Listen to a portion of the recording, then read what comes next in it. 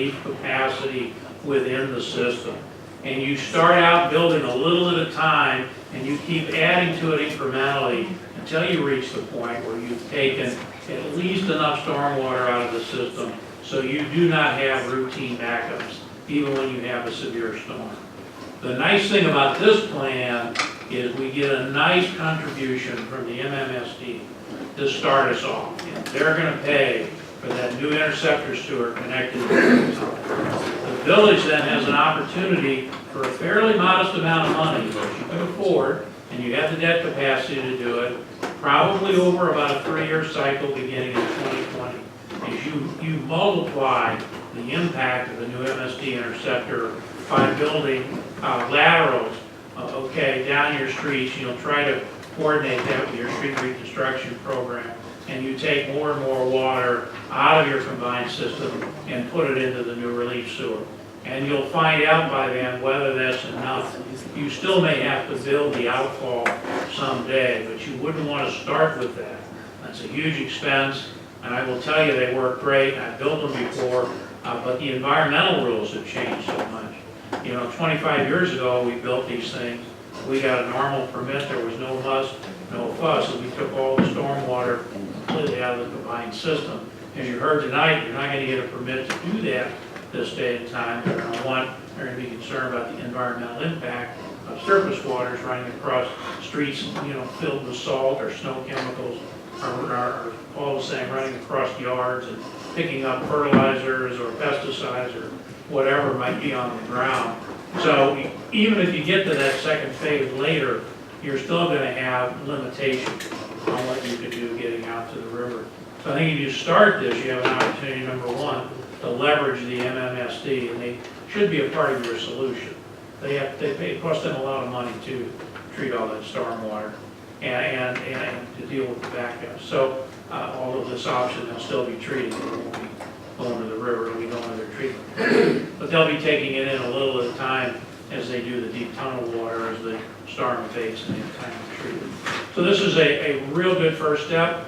I think it's something you can afford. You have the debt capacity to do it.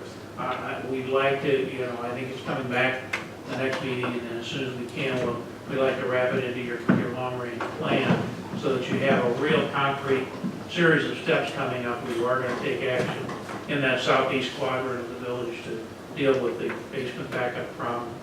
When you say debt capacity, so I know that the bigger number we were looking to try to transfer to our sewer utility, but with debt capacity, you mean GO, right? I mean, it would be between 5 and 7 million. Well, that's right. Let's call it 6 million. Sure. We probably should call it 7 to 8 million. Okay, Because by the time we get there, remember, everything goes up every year. And by the time we get there, it'll be a little more money. But, that's something you could split over 3 years. Certainly by then, you're going to have that capacity to be able to raise. Pardon? are you suggesting the GO debt? Well, everything you've done generally has been GO debt. So that's what I was referring to. I think you have other funding sources available, but for now I'm just talking about GO. It would be GO debt, and it could be supported by the sewer utility or it could be supported by the general tax levy.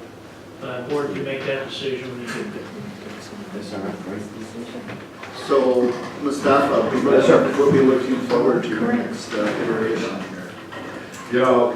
We were talking about having maybe like a workshop type thing, just to look at it from a number of different ways. The trustee Rozek was mentioning private work, the order in which, and then of course, we want to have Mark in the room to sort of curve it out for us to see what makes sense. So that's something that I would throw out. You talking about a public meeting? It could be like, yeah, something like that, basically the library, something like that, instead of squeezing everything with other business. Maybe that's, we have that would be our 14th meeting, so. Why stop parents? How about Yeah, breaking into right. the You are. No, No, I 1, think- 2, and 3. I remember in those days when, probably 6th or 7th meeting, the manager at Whitefish Bay says, you're crazy, it'll never work. I think it's working. Okay, thank you. Thanks, gentlemen. Okay, continue. Next item on business is new business. Public Works, consideration of award of contract for the Shorewood Beechmore River District preparing trail. Mr. Zolak. Yes, there's actually two parts to this action. First, well, what we're doing is approving the contract for construction of the trail, construction of the boardwalk over the stream, the little wetlands area, to protect that, along with the associated construction management and inspection fee. So I would make a motion at this point to award the P3 District Riparian Trail Project at Blaze Landscape at a base bid price of $252,063 plus alternative 2 boardwalk bid for a price of $37,921 for a total unit price contract of $289,984.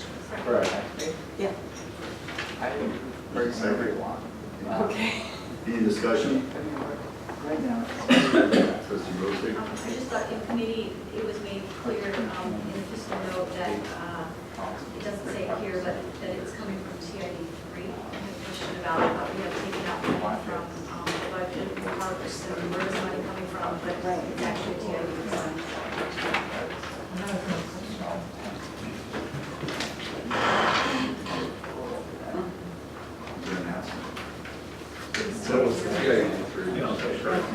The city's portion, half of it's a state grant, half of it'll be city funded.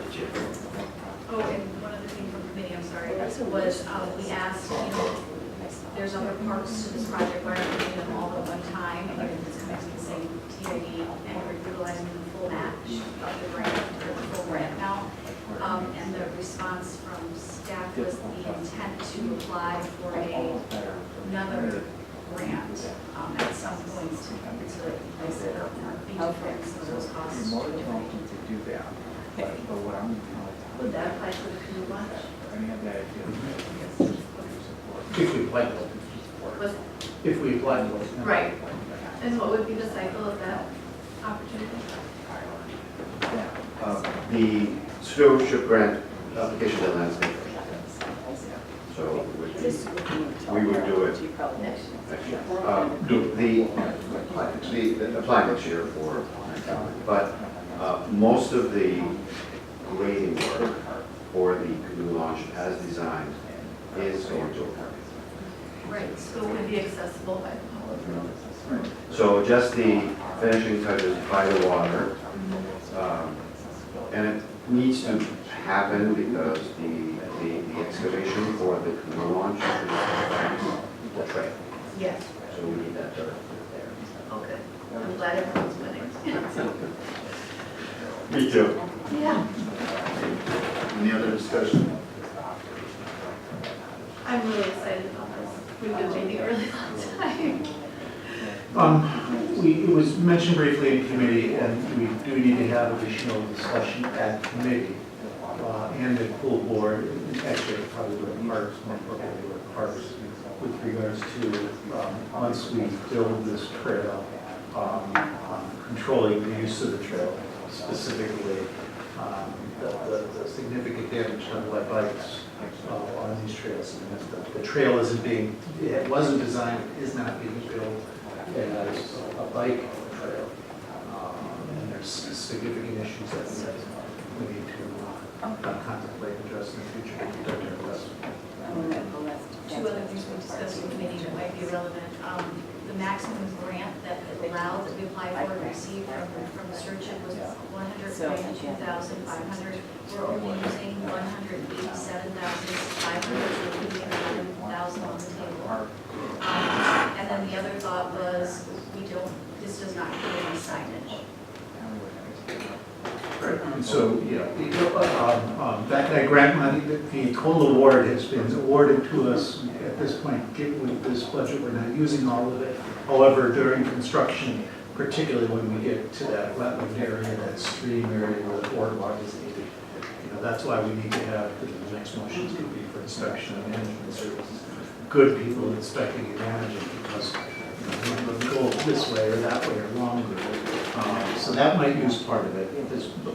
We did ask staff in committee to see about what the budget would be for some signage, and if, how feasible it is to, given the fact that our construction is less than the dollars, there's some under there might be some dollars remaining. Can we just go to those dollars for signage after the first we need to construct? Was, in the past, the Milwaukee River Greenway has talked with Shorewood about co-sponsoring signage, and so that might be an option. Yeah, exactly. So yeah, we need to start coordinating soon. It's not just sign, but what the signs say, what the management of the area and the trail is, so that the issues, it's a key issue we need to start addressing it now. Once the trail, Yeah, we started that conversation about an entrance to River Park on a bike trail, and we couldn't resolve it. It actually just never went anywhere for that exact reason. So it does take a lot of coordination. I'm glad that you're playing both roles.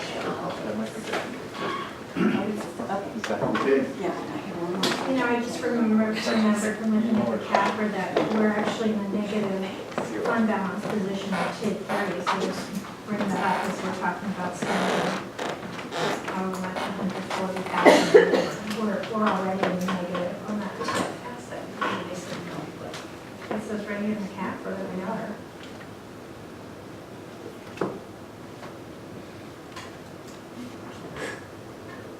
And that was the other thing we asked for in committee, is for someone to look at the idea of how much increment is, we were really close, I thought, when they put that deal together. So I just wanted to know, is there a projected increment that could cover not only the negative that we have, but any kind of increase for the next phase? I mean, do we just carry negative, do we just keep carrying the negative balance? No, that'll be made up by the future incremental income coming in from the projects. In fact, you've got to recall the financial report you just looked at tonight closed on December 31st of last year. We've already received another increment in cash flow since that particular fiscal year came to a close. And they projected that out, and I think Mark thought that was projected out when the budget was done. This project was originally provided for to come from TID 3. So there will be adequate cash flow to cover the project. And all the phases, right? All the phases. I believe I'm pretty sure there would be. I don't know that I want to speak to that tonight. That's one of the things before we made a follow-up grant application. For the other two elements that you're not awarded tonight, we would validate that the cash flow and TIP will cover the local share. So there would be mechanisms, stop gaps to prevent us from spending money that we don't have. We would not be put in that position. Well, yeah, we certainly wouldn't recommend that. All TIP districts generally operate at a deficit the first few years, and then they catch up as projects are completed, and you go through the 2 or 3 year cycle it takes to get them fully onto the tax rolls. And then, they generally generate a surplus, and your TIPs have done extremely well. You're in a very, very good position. All the TIP districts are cash flowing, and the projects are doing extremely well. Yeah, TID 3 also contributed substantially to the Capitol Drive reconstruction, so it helps support the major public works project right in that segment of the village. We're getting this trail project completed under the TID 3, so there's major benefits to the village being provided. The reason that happens is the way the incentives were set up for these projects, and I've read through a number of them, is that the incentives you provided represented a small portion of the total increment created by the project. So the additional funds that are available in the TIP allows you to use that money either for other economic development projects or for capital infrastructure improvements, like putting in this trail system. You can use it for parks, you can use it for streets, you can use it for right-of-way enhancements where you put in more decorative lighting and upgraded furniture to improve the aesthetics and the usability of your commercial corridor. So that's the reason that money is available in those two areas. Similar to what we did with TIF one. Yes, yes, exactly. Any other comments? We have a motion, we have a second. All in favor of the motion as stated, say aye. Aye. Opposed? Passes. I guess secondary issue associated with that, That's right. that is for the construction management and inspection services. We see in the proposal from Clark Dietz, the items that are included in that, from reviewing pay requests from the contractor to having a full-time inspector during the anticipated 6-week construction period, et cetera. Particularly, this is not, laying a new sidewalk. It's on a slope next to a river, and building a trail. So the importance of having good